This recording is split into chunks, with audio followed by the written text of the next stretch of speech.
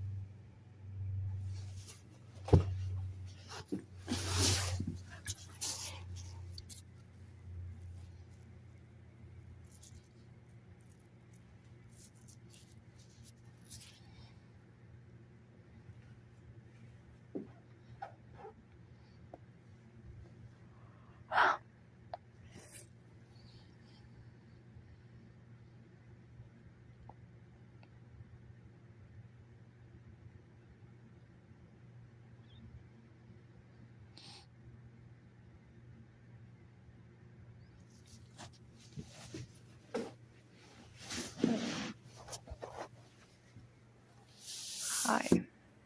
I'm fucking tired.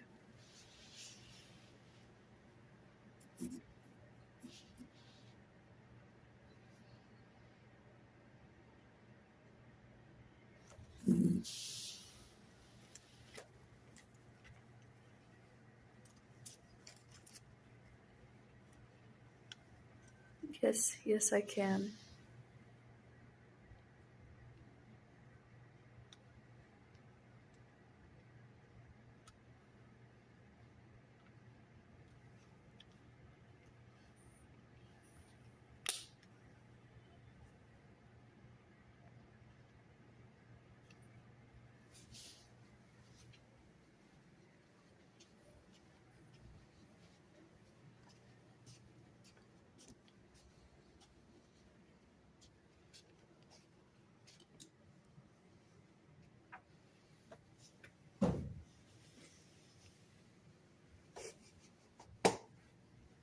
You sound fucking creepy when you say that.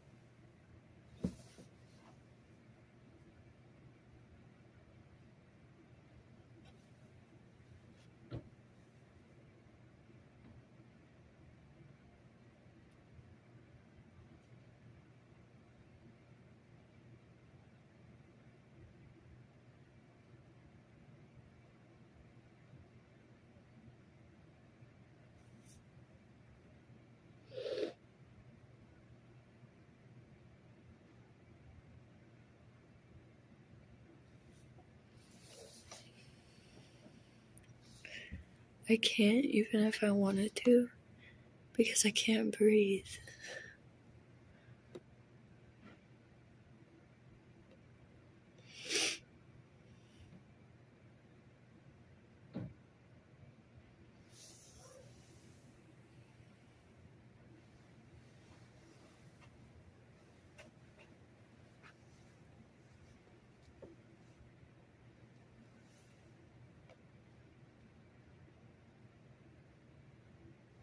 No, I don't fucking snore.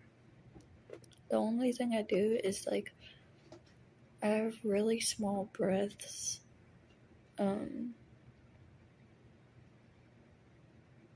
That's kind of rhythmized.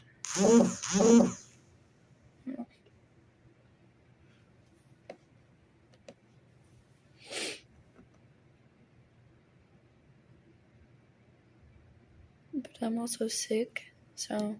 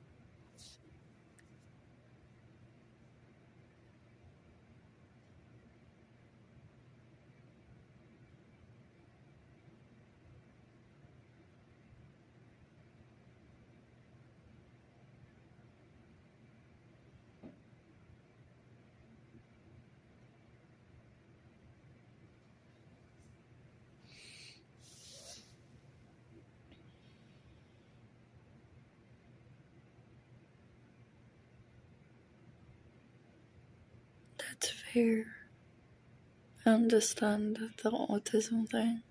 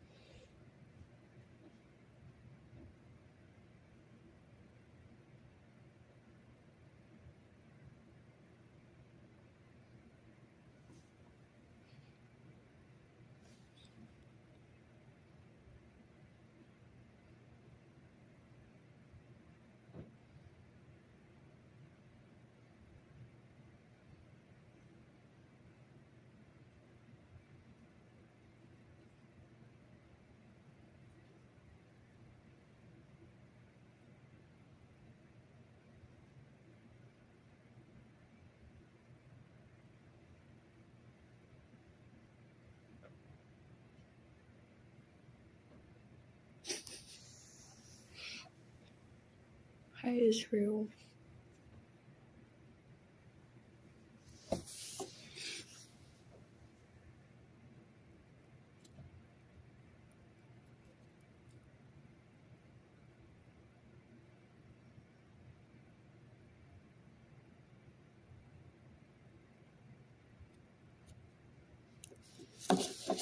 I'm always tired. I think I have the opposite of insomnia, but I don't remember what it's called.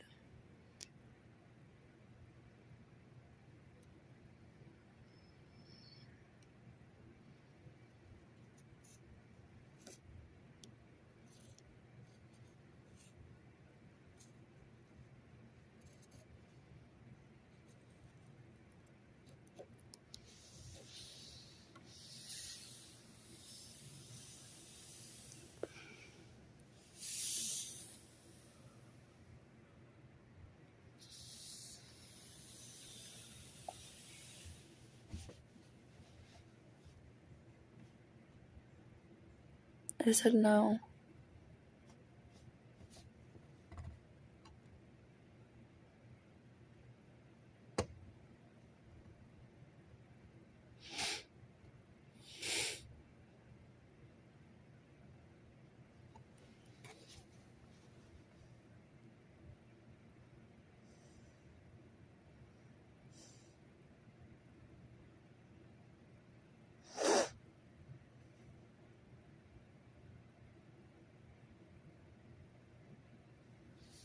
Also, you're in my earbuds, so what do you mean?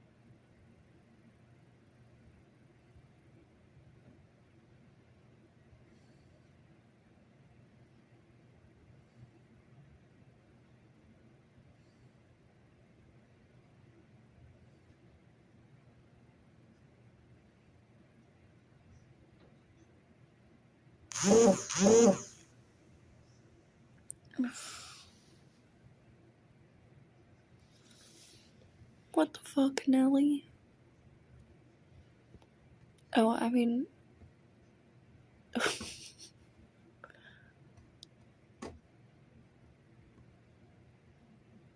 I said no.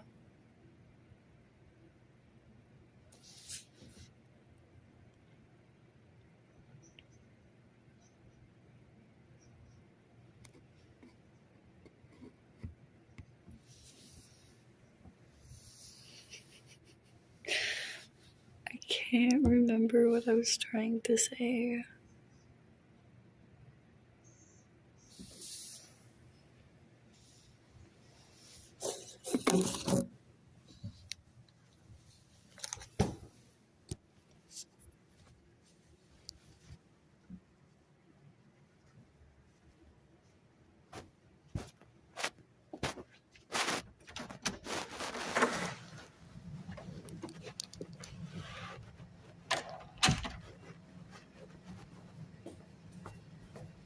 Wow, nobody is here. Huh? Nobody is here. Yeah, I don't know why. Me neither.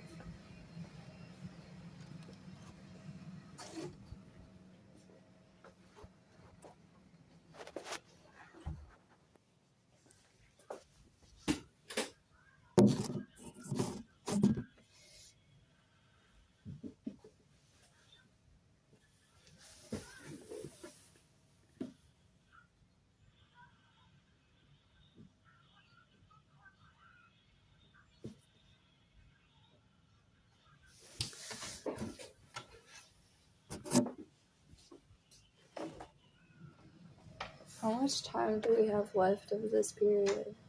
What? How much time do we have left? 15 minutes. Can I go to the bathroom? Yeah. Okay.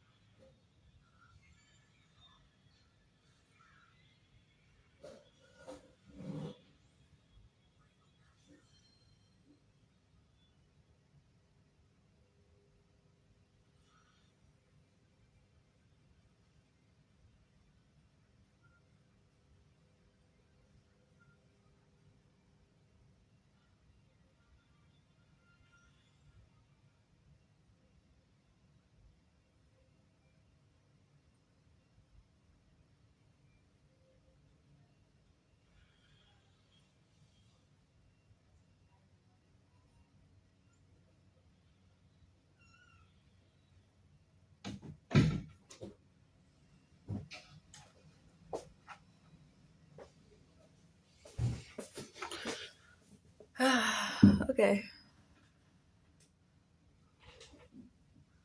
I don't know.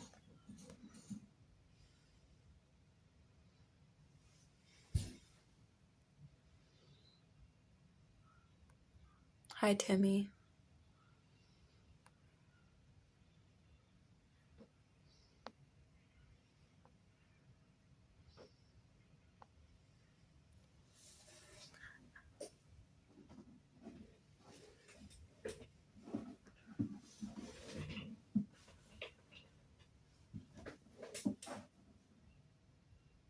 Oh, you guys are still here?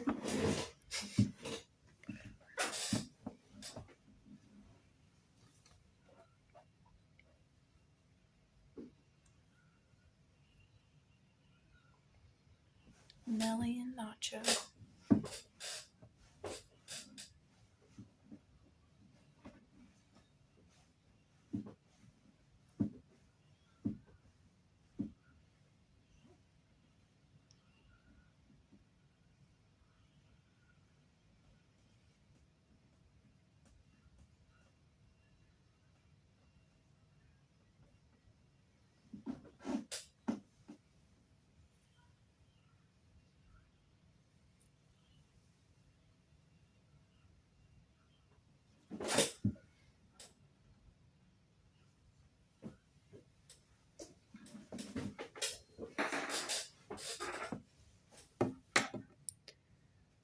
I would be doing something.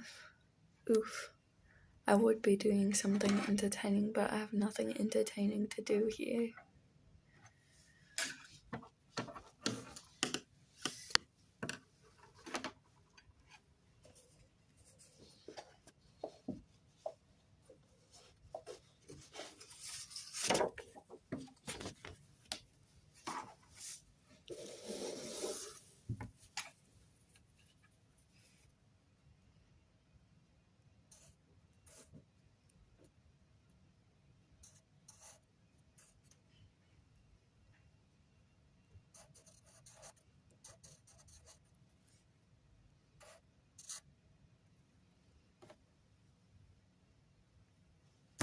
No.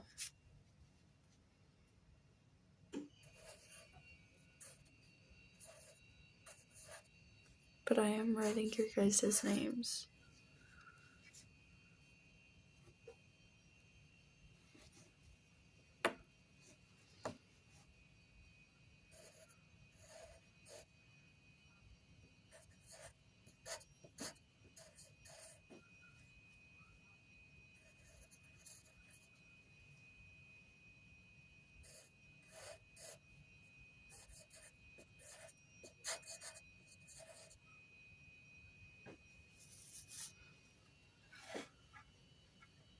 So whoever joins, I guess I write their names.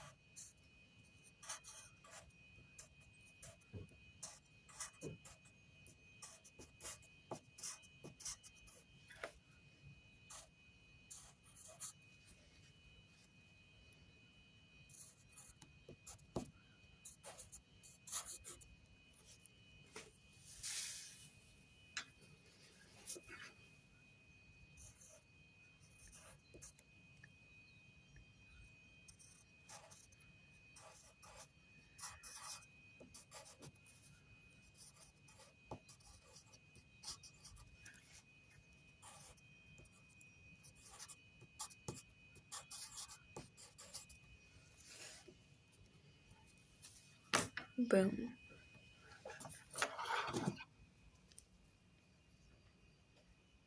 Now you look at my handwriting. Oh.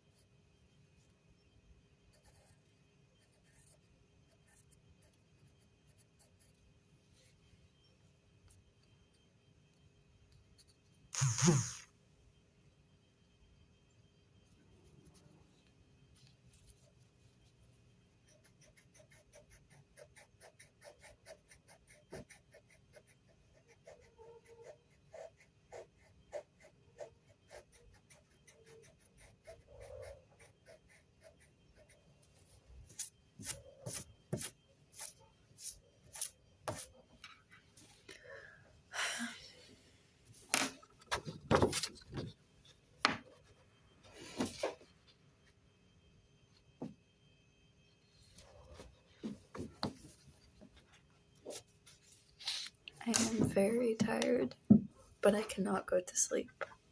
My body won't let me.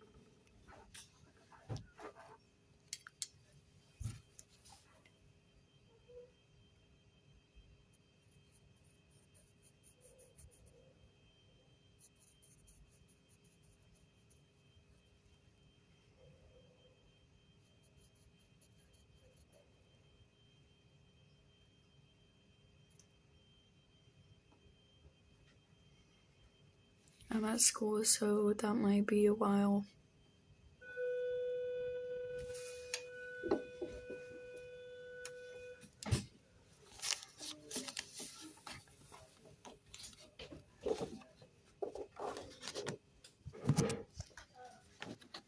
You guys get to go in my pocket.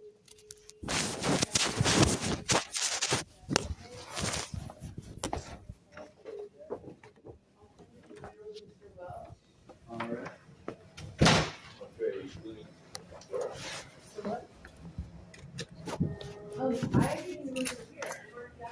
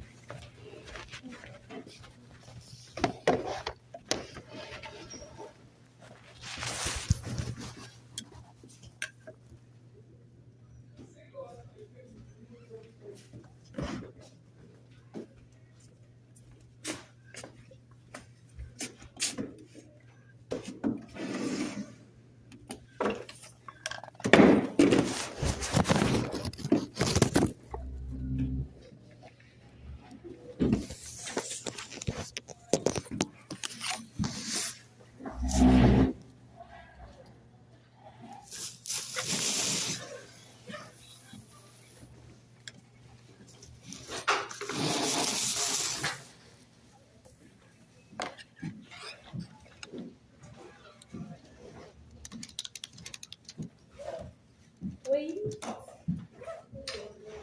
Don't break this one. God. I can't take my pizza.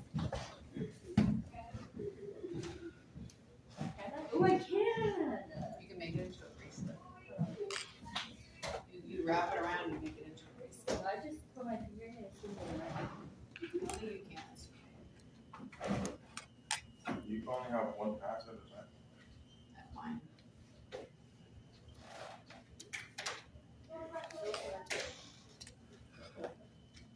Card is in here.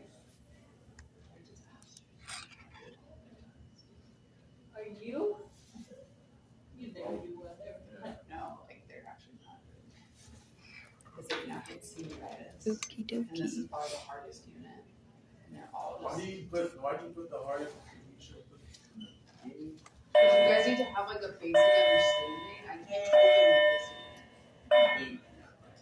I don't think I'm really worried about Have you snuck your The- stuff, dude? multiple I don't even know choice. what you dropped. I heard it fall, but I don't know. It's just a graphic. It might be under the mic. Graphic is on part of I don't know. I heard something fall, but I don't know. Oh, it was probably the. I think it was the plastic.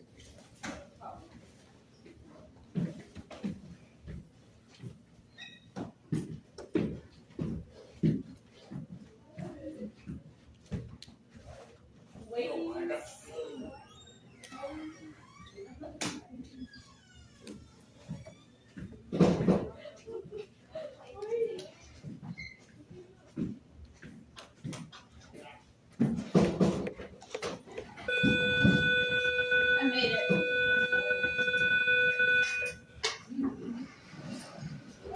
That looks so messy. It's not that messy. It's only one slice. You guys need to log into your Chromebooks and pull up the Ed puzzle. We're doing it together. I'm gonna wait for the hand now. Huh? What kind of cake? Okay. That does not say what kind of cake that is. Sorry to interrupt. Good afternoon. Your today's announcement for this Tuesday, March 26th. Today's vote. Welcome back. A fresh start brings the opportunity to refocus, stay positive, and make the most of the days ahead. Women earn more than 50% of all degrees. Is it red Two velvet? highest IQ scores and record history belong to women.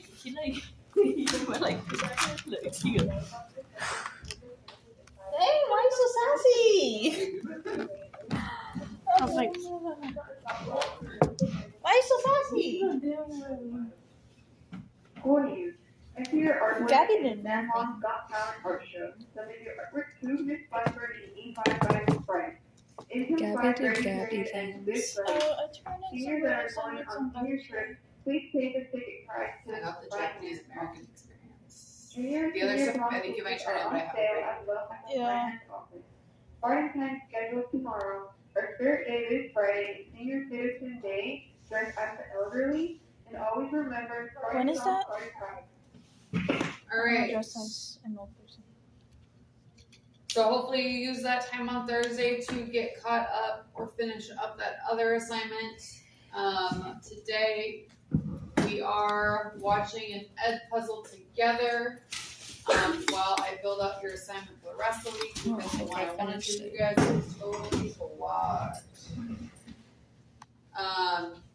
So you guys are logging on, picking up that Ed puzzle. It's just posted under the assignments like normal.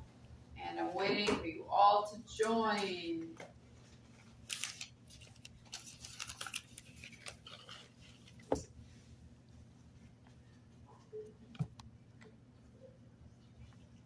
I need a wipe.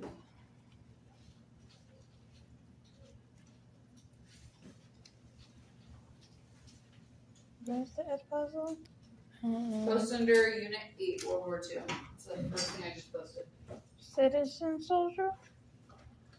I guess. Oh, it's drafted. I am 100% need to post it. Thank you. I might need. It's wet. Oh, you're 100% right. I Why thought is you gave it to wet? me wet, but it's me. I'm the problem. Oh, gross. It's so gross. That's nasty, bro. Alright, it's posted. Oh Then what's a yeah. citizen soldier? It's the one. Citizen Soldier is from last week. Yeah, it's the one where you read Alright, so and Ed then puzzle's you now take posted. forward Oh yeah, I forgot about key that. IDs. Yeah, I never finished it. Me So it's neither. called Ed Puzzle Modern Marvels and the Manhattan Project. I Why started sounds So we're gonna start talking about the atomic bomb. And then quick rundown for how the next couple weeks are gonna go. So this week is all about the atomic Oh my bomb. This Pretty is so much. annoying. So we get to mess with bombs? No, And then Aw. next week is going to be our movie week because what do you have That is next so week? sad. Juniors, what do you have next week? Cash testing. Cast testing. So I'm trying to keep it light What? academic wise. That way your brain doesn't fry and frizzle They out. just wanted to play with the bombs. I want to play with So bombs. movie, Emma. I The just saw movie is Red going to be Velvet. next week. The week after that, we're kind of just going to be watching stuff. And then you guys have spring break. Yay. So we're watching something now as you're logging into the Ed Puzzle. Then you guys are going to be kind of like talking, having a debate about the atomic bomb, looking at some primary source documents, watching a movie through Cast, watching some other stuff here and there up to spring break, and then we're in spring break, Sorry, you're... and then we'll come back. When spring break? In 2 weeks? Oh. Any questions? Cool. All right, so you guys are logging on, pulling up the Ed Puzzle. Yes. I almost said yes, sir.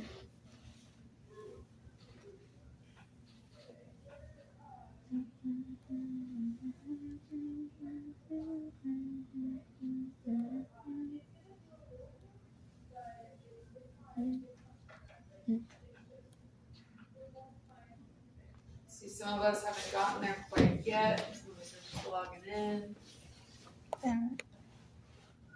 All right.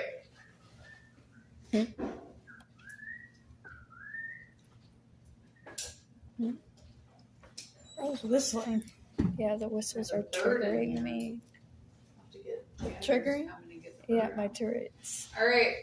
So we're gonna go ahead and get started. It's gonna be okay.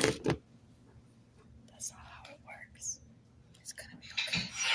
To make peace, scientists built the ultimate weapon of war. To fight fascism, they unleashed the power of the atom. Theoretical brilliance and engineering grit gave birth to an ethical nightmare, It is the atom cold. bomb. Now, the Manhattan Project on modern Mars. It's wool. I have goosebumps. It's wool. Do you see my goosebumps? It's corn. Do you see my goosebumps? Yeah. It's cold. It's corn. Cold warm. Corn.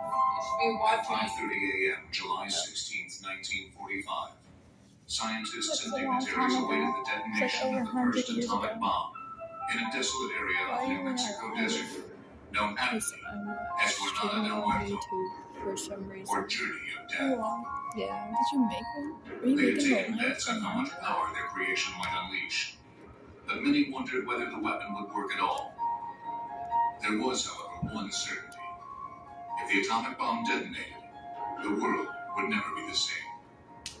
This story is the great tragic epic of the 20th So we century. get to see darkness If I were movies going and to give it respect a people's theme, the boundaries. theme would be Sorry. humankind invents the means of its own destruction. And in order to do so, scientists, engineers, and the Army teamed up in an effort dubbed the Manhattan Project. In the short span of 2 years, they built an industrial complex with sites across the country that would rival the size of the automotive industry.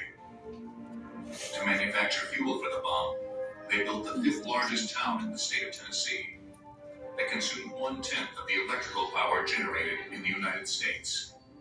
The bomb builders spent well over $2 billion, almost $30 billion in today's market. All right, your first question. How much money at that time was spent building the bomb? So, and back then money, not the current time money that they said. I thought it's $1 billion. That's annoying.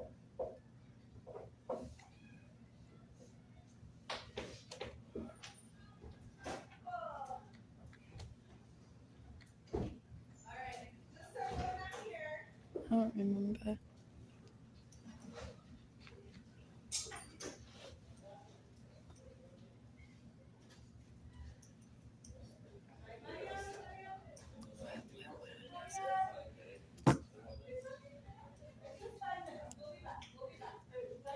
Hmm.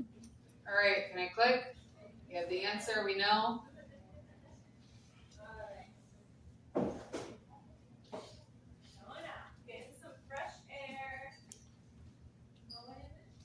Alright, I'm gonna click. So it was 2 billion. See, I was right. How much in today's money I though? told you. 30. To detonate the first man-made atomic explosion, just 28 months after scientists set foot in a lab at the Manhattan Project's Los Alamos, New Mexico facility. Nonetheless, that July morning in 1945, many of the world's top physicists watched anxiously at the test site 200 miles south of Los Alamos, awaiting the results of their labors. But this countdown had really begun 12 years before, when many of these scientists escaped the coming of fascism to Europe. Once Hitler took power in 1933, the Jews of Europe, especially the Jews of Germany, were under a direct threat. And some of the best scientists in the country happened to be Jewish. Hans Bethe was one, Edward Teller was one, That's a cool raspberry. Leo Szilard was one, Einstein was one. And one by one, Alright. Many of the scientists that worked on the atom bomb originally lived in which country? Because I'm German.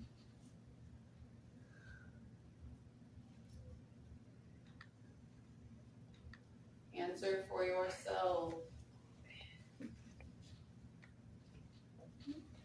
Germany, United States, England, Japan.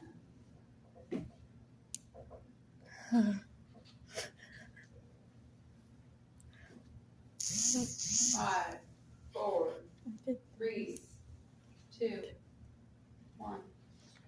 Boom. Oh. Boom. Germany. one by one, they fled Europe to the United States. Scientists found refuge at American universities. In 1938, dramatic news arrived from Germany. German scientists had split the atom by bombarding uranium with neutrons, which caused instability in the uranium nucleus. Alright. What subatomic particle was used on uranium to split the atom?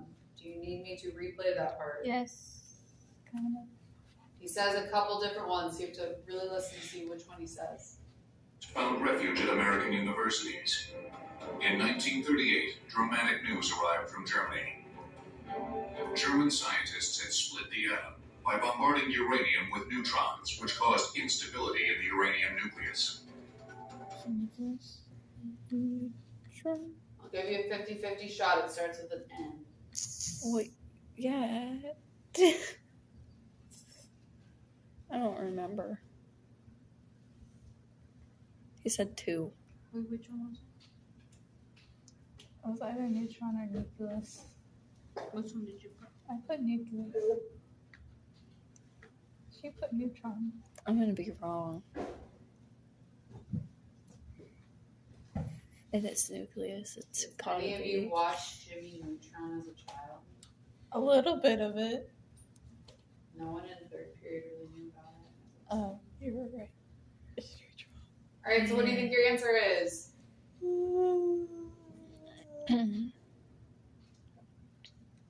Hell yeah. Neutron. I'm so smart. During the split, mass was Like, don't lost copy and me. was converted into kinetic I don't energy. copy you. I was smart. They had discovered fission, and with it, opened a Pandora's box.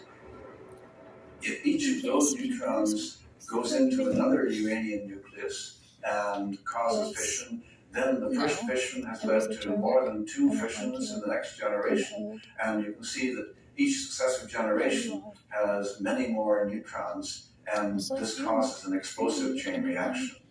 If two masses of highly fissionable uranium in the form of a sphere and a plug could be brought together with sufficient speed inside a bomb, Okay. an exponentially increasing chain reaction with explosive force would result. The implications of the discovery of the fission of uranium would be obvious to scientists in Nazi Germany, and this frightened Leo Szilard. a 40-year-old emigre physicist from Hungary. Politically astute, Yeah. Szilard wanted to warn President Roosevelt, but knew that he lacked the stature to do so. Imagine. Men. Alright. Who was president at the time in the United States when the atom bomb was built? Please don't let me down. I don't remember. How do you not remember? I did Frankenberger. Frankenberger. Fuck you. I cannot. Language. Screw you. There you go. Please don't. Oh, God. You're disgusting. Yes, there are two different George Bushes. I'm not even telling you which one it is, which you type. That's not the correct answer. I can't even see up there. I'm blind. I can't either, and I'm not even blind. Maybe I am blind. Good thing that you have all the options. I already picked my option. Alright. I did not. Yay! I did not make her Heavy disappointed. foreign accents say they have figured out a way to Was make it a wrong? bomb It was right. no bigger than an ordinary bomb that could blow up a city. You might well think they were crackpots. Throw them out of your office. Szilard wrote a letter to the president and sought a prominent ally to sign it. What Albert was his Einstein. middle name? Szilard, who didn't drive a car, enlisted the help of his friend Edward Teller, an eminent theoretical physicist, to drive him to Einstein's summer house on Long Island. Einstein, Ed, wat dat hier wat Szilard has eaten. Asked a few questions about it. And then said yes, and signed it. On October 11, 1939, in response to Einstein and Szillard's letter of warning, President Roosevelt formed the Advisory Committee on Uranium. But this abstract new discovery became a low priority for a leadership distracted by a world war that was now 2 months old. A recent refugee of that war, 37-year-old physicist Enrico Fermi, narrowly escaped with his Jewish wife Laura. They used the opportunity of going to Sweden to collect the Nobel Prize to go from there and then go on to the United States.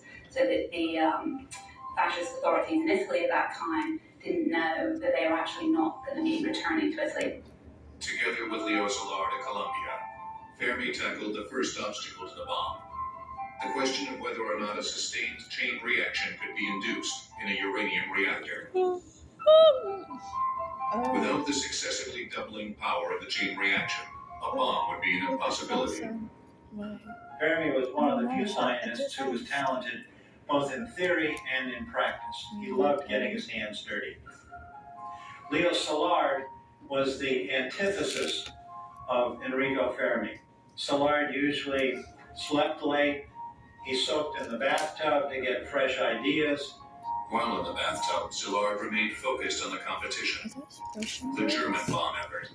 He convinced scientists in the U.S., whose community thrived on openness, to censor their own papers, so that they would not inadvertently help the Germans. As the U.S. bomb effort was taking its first tentative steps, news that the Kaiser Wilhelm Institute in Berlin had begun actively pursuing uranium research rippled through the American scientific community. It would take nothing short of a disaster to move the president to take decisive action. And a disaster was not far off. Prior to 1933, Germany produced the most Nobel laureate scientists. After that date, scientists in the United States received the most honors.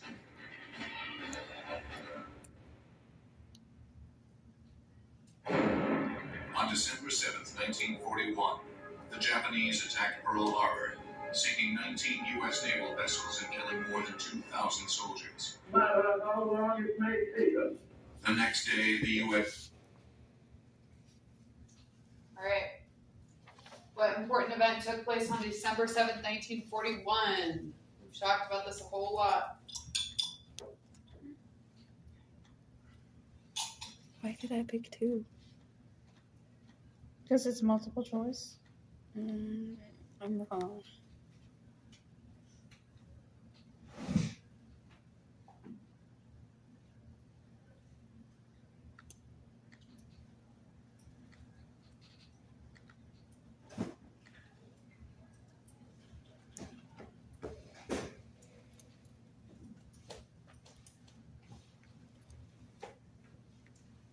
There's no more people. Oh. They left a while ago. There's one person, but it doesn't say that right now. Hold on, let me join. How long are you gonna have the live for? Yeah, for until my phone dies. Okay. So what's your thing? Blue Death 16.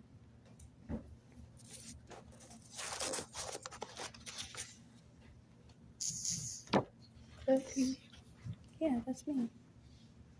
Subscribe. Alright.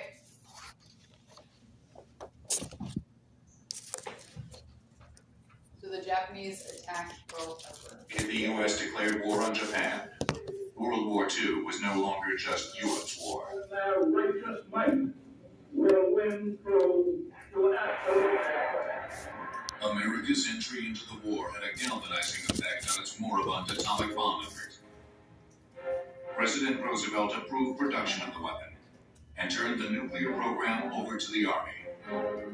Brigadier General Leslie R. Groves, an expert engineer and administrator, was placed at the head of the Manhattan Engineer District, named after the project's initial headquarters in New York City. General Groves, having just finished building the Pentagon, was absolutely disgusted. Because I know you. That project is a cake they call. He was sure it was a boondoggle. He was sure you could never do such a thing. But at the University of Chicago, Szilard and Fermi were taking the first steps in proving Groves wrong. They were trying to demonstrate that the fission process could be harnessed by launching a sustained chain reaction in uranium. They built the first primitive reactor in a squash court beneath the stands of the university's football stadium. The reactor consisted of a pile in which a fission reaction could be initiated and controlled. They did it by piling layers of graphite and then embedding balls of uranium, so that when the neutrons started flying through, they would be slowed by the graphite, collide with the uranium, release more neutrons, and those neutrons would continue in the chain reaction pattern. This momentous achievement, only detectable by a Geiger counter, meant that the fission process could be sustained. Nuclear energy could be released in a controlled way, as in a reactor, or perhaps cataclysmically, as in a bomb. It was so crazy that you could put a bunch of uranium together with graphite and the thing would spring to life. The bomb effort went into high gear. Its first priority was the lack of weapons-grade fuel. Fission is more readily produced in a rare uranium isotope, uranium-235, that occurs naturally at a ratio of 1 to 139 to its less useful twin, uranium-238. Chemically identical, the isotopes were almost impossible to separate. The only workable method in 1942 was electromagnetic separation. In this process, a mass spectrometer used for separating electrically charged particles according to their mass sent a stream of uranium atoms past a magnet. Atoms of the lighter isotope U-235 would be deflected more than those of the heavier U-238 and would be captured one atom at a time. Scientists at Columbia University championed a competing mode of separation, gaseous diffusion. This method passed the isotope through a porous barrier that separated the lighter isotope from its heavier counterpart, but it proved to be technically challenging. In a square centimeter, about the size of a thumbnail, How come I could you've see got it? to have hundreds of millions of pores, Oh, I have no idea. and they have to all be the same size. If they're too big, the gas flows through it without any separation.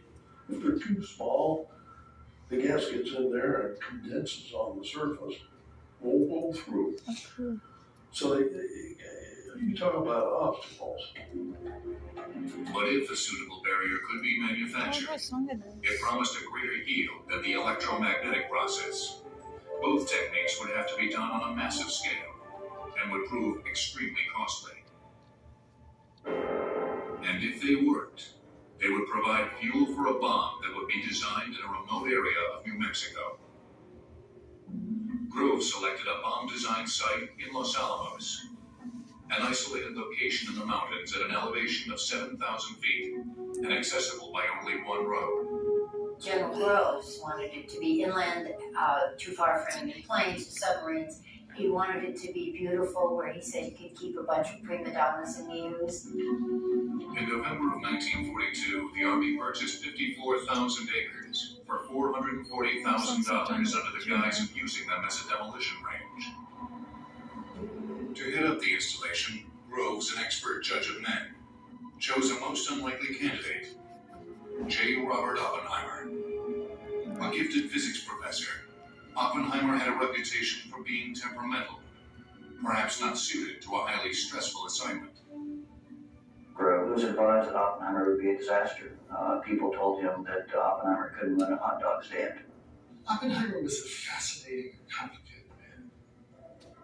Fundamentally, he seems to have had some of the qualities of an actor. He was different things to different people. Oppenheimer drew luminaries like Enrico Fermi, Hans Bethe, and Edward Teller to the facility, as well as technicians fresh out of college. Laboratory personnel grew from 250 in 1943 to 2,500 in 1945. There were lots of babies born. General Groves at one point asked Oppenheimer if he couldn't do something about that. He said he didn't think so. The one place that they had to keep expanding was the maternity ward at the hospital.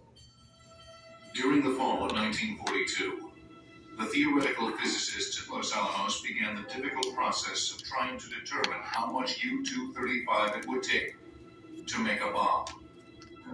And the scientists tell him, well, it could be X amount, but that's a plus or minus a factor of 10. And Groves is absolutely staggered. He uses the illustration.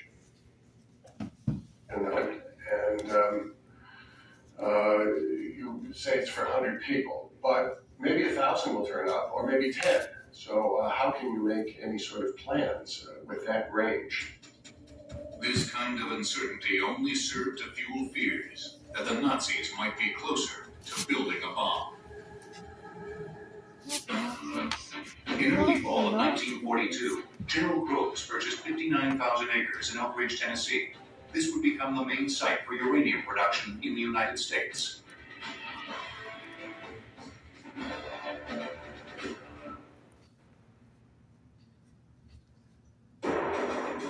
On December 28, 1942, President Roosevelt approved an additional $500 million investment in the Manhattan Project.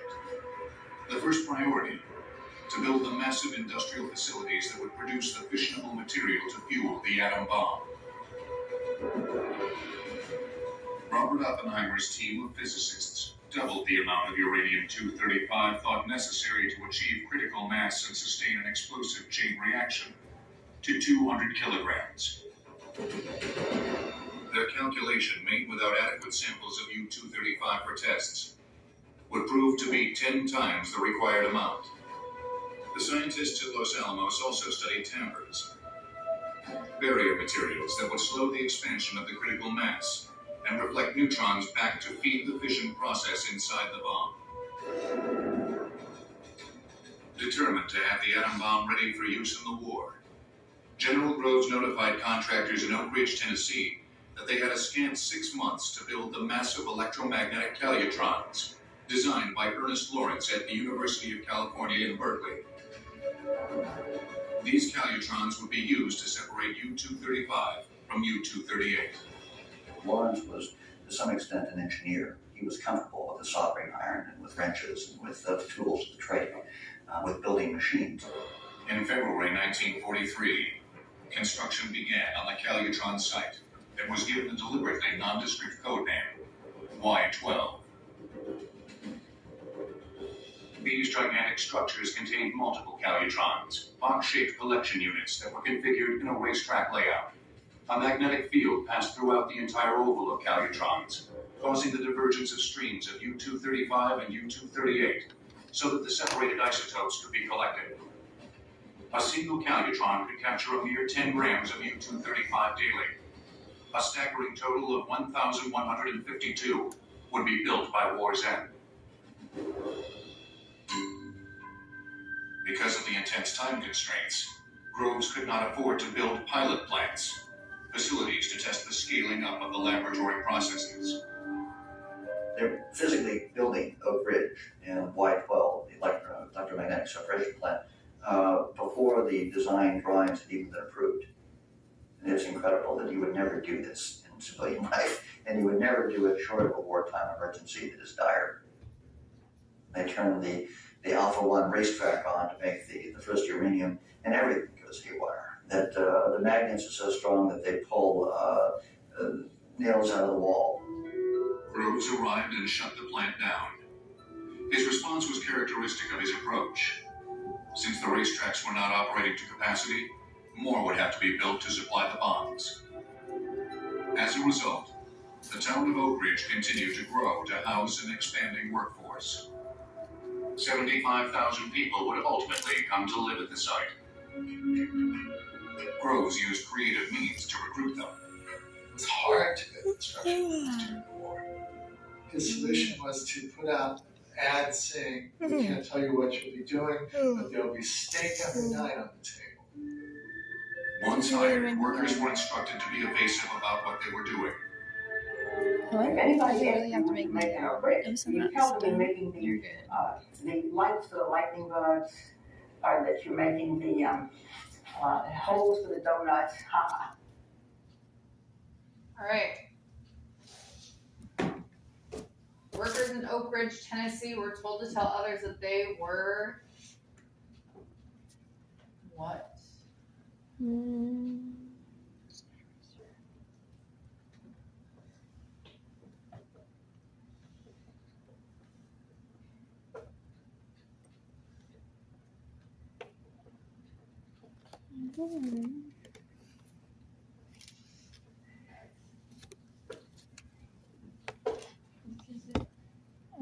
I got that, and I'm not sure if they're right.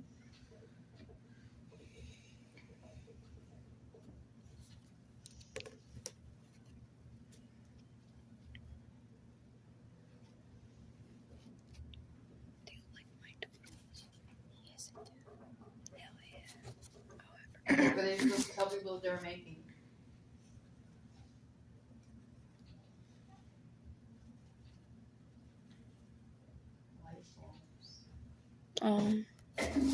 Meanwhile, at Los Alamos, design work was underway on the Gadget, as the test bomb came to be known.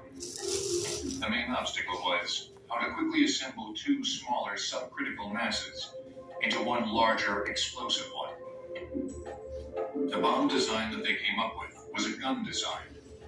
Inside the bomb, a cannon would fire one piece of radioactive fuel into another at 3,000 feet per second. The pieces would have to come together fast enough to prevent spontaneously emitted neutrons from melting the fuel, causing the bomb to fizzle rather than explode. But the engineering aspects were daunting. It's one thing to say you can shoot a piece of uranium at a second piece, but how do you do it? How fast does it have to go? How do you stop it at the end? How do you keep it together long enough as a mass so that it does go high order and give you atomic power? Oppenheimer led the effort to overcome these obstacles by setting an example for his team at Los Alamos. In the middle of the night, something to be done. Andrew woke Robert just at the right time to see how it went. He was interested in everything, the explosives and the mechanics and the chemistry and the bomb itself, of course. And this was what makes a big laboratory of thousands of people working together go here. Oppenheimer was living on coffee and martinis and cigarettes. Rose was eating with them and chocolate samplers and sleeping soundly, whereas Oppenheimer was anguished. You know, they were just so different. But they seemed to be able to mesh, and they certainly had a common goal. And this common goal was about to reach a new level. As scientists refined the design of the gadget, a new man-made element, plutonium, was gaining favor as a possible fuel. There we go. Identified in 1941, plutonium was almost twice as likely to undergo fission as uranium-235. and could be produced on a large scale by irradiating uranium in nuclear reactors. In order to produce plutonium, 3 production reactors were designed by engineers at the University of Chicago that will be built in Hanford, Washington. Groves initiated the construction at Hanford on August.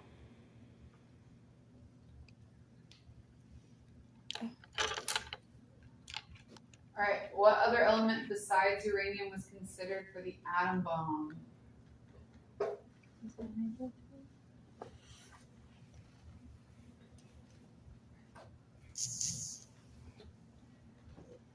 I don't know.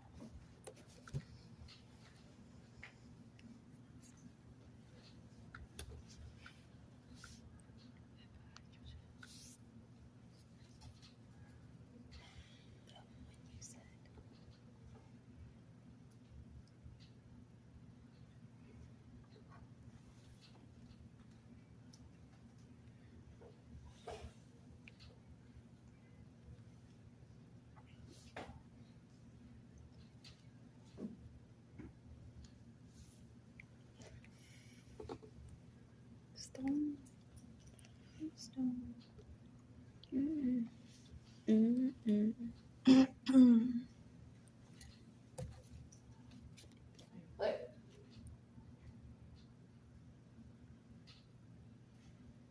I was close.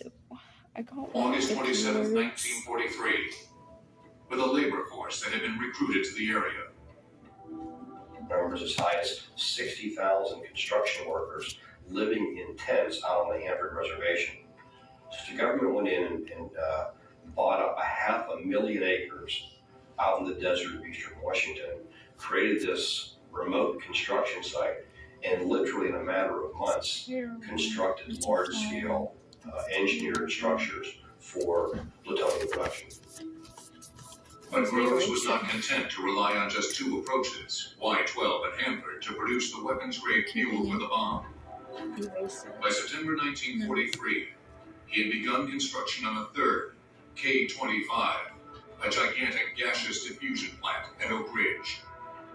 In the diffusion process, a gaseous compound, uranium hexafluoride, passes through a cascade of barriers, each one giving a slight enrichment of the lighter isotope, U-235. The difficulty lay in finding a barrier that would not be degraded by the very corrosive gas.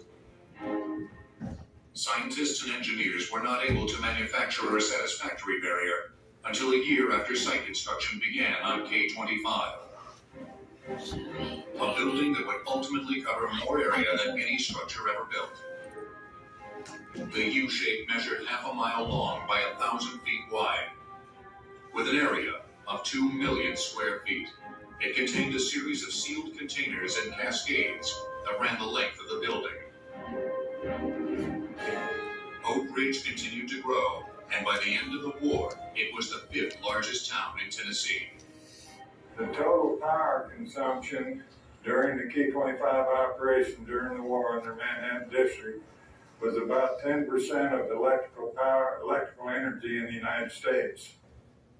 If you look at the size, the scope of the K-25 site in the Manhattan Project, I don't think there's been any engineering feat to date comparable to what was done within the time frame.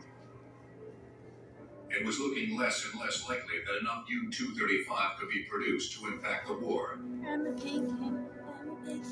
the same time, the alternative, plutonium, was proving to be equally tricky. Impurities in this new element were leading to increased neutron activity that would cause bombs to pre-detonate, to fizzle before the 2 halves joined in a critical mass. There are production problems at Oak Ridge. They're not sure they can even make any uranium at that point, uranium-235.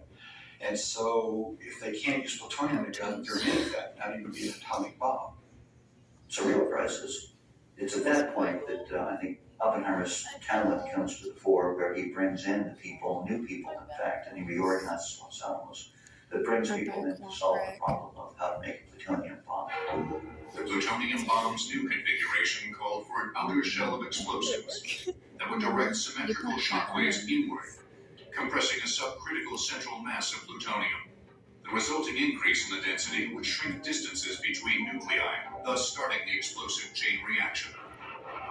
Nobody had ever taken high explosives, wrapped them around something, and got a symmetrical explosion. And so they weren't even sure they could do that technically. It was a very, very tough engineering problem. So from May 1944 until about August of 44, the laboratory wrestles with this problem. By late 1944, K-25, the gaseous diffusion plant, was producing enriched U-235 that ran through the magnetic calutrons to effect a further enrichment. This 1-2 punch generated enough fuel for one unknown. But if, as military strategists thought, it would take more than one bomb to break the enemy's will, then it was crucial that the upcoming test of the new plutonium implosion bomb work. All this uncertainty only served to heighten tensions at Los Alamos, as scientists and engineers prepared for the first detonation of an atomic weapon. If the implosion did... All right.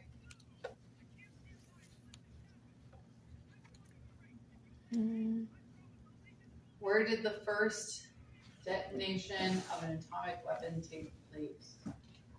Where was their testing headquarters at?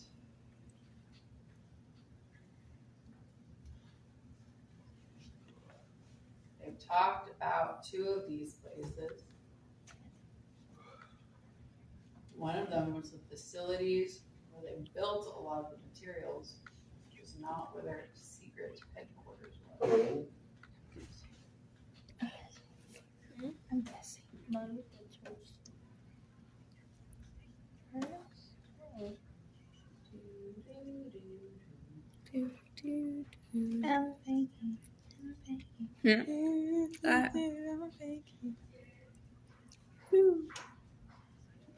Five. 4. 3.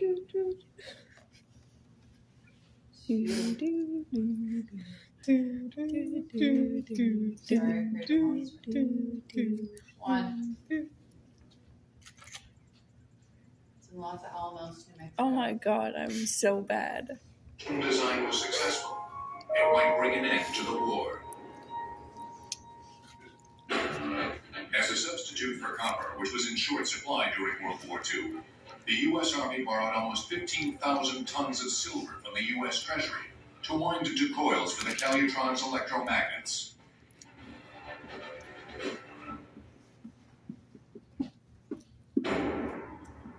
Yeah. Weapon design for the uranium gun bomb was completed by February 1945.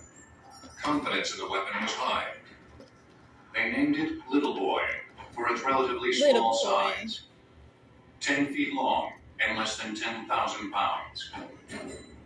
Designers considered a test prior to combat use unnecessary and impossible, since there was only enough U-235 for one bomb.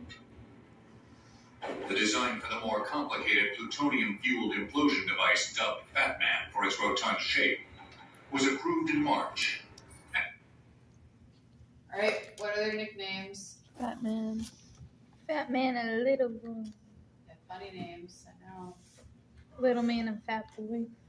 Little Man, Fat Boy. You like this? Yes, The Walking Dead. Yeah. I'll be back. It was funny. I'll be back. Yeah, but Alright. it was also funny. Some of you have still not clicked it, they just said the nicknames. Oh, my back. Oh, my bad. Sorry. Saying the names. Unless you were talking about the It was us. Unless they were talking about that. Alright. It was us. Yeah, of course it was. And a test was scheduled for July. In preparation for deployment of the weapons, Colonel Paul Tibbets, a veteran combat pilot with extensive B-29 experience, was selected and placed at the head of a new unit, the 509th Composite Group. The unit began training at Wendover Field, Utah, dropping 5,500-pound orange dummy bombs.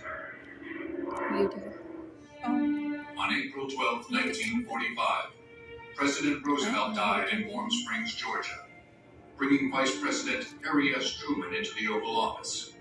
Secrecy on the Manhattan Project had been so tight that Truman was not privy to the bomb developments and had to be briefed extensively in his first weeks in office.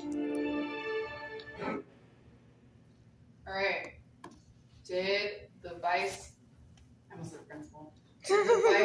president know what was happening? So that way when FDR dies and Harry Truman's like, hey, I'm the president now because FDR died, was he aware of what was going on? I did my own. I didn't look at you. Yes or no?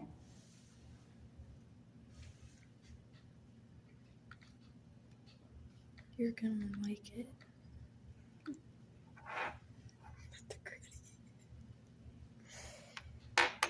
What did you do?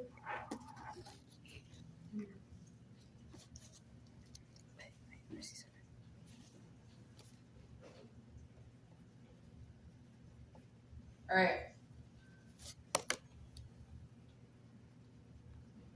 No, he had no clue that the Manhattan Project was happening, and he was the vice principal. Less than 1 month later, German armed forces in Europe surrendered. Hey, look, it's a Nazi. But Japan did not. Where? In June. I need to fix that because I put it wrong.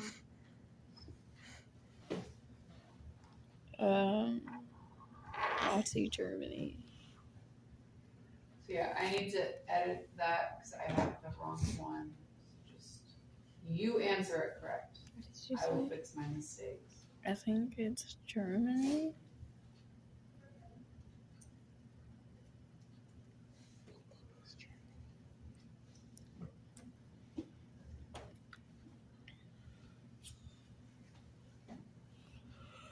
Fix my mistakes. All right, are we all good on this one? Then probably a good place to pause it. You guys are a little bit behind.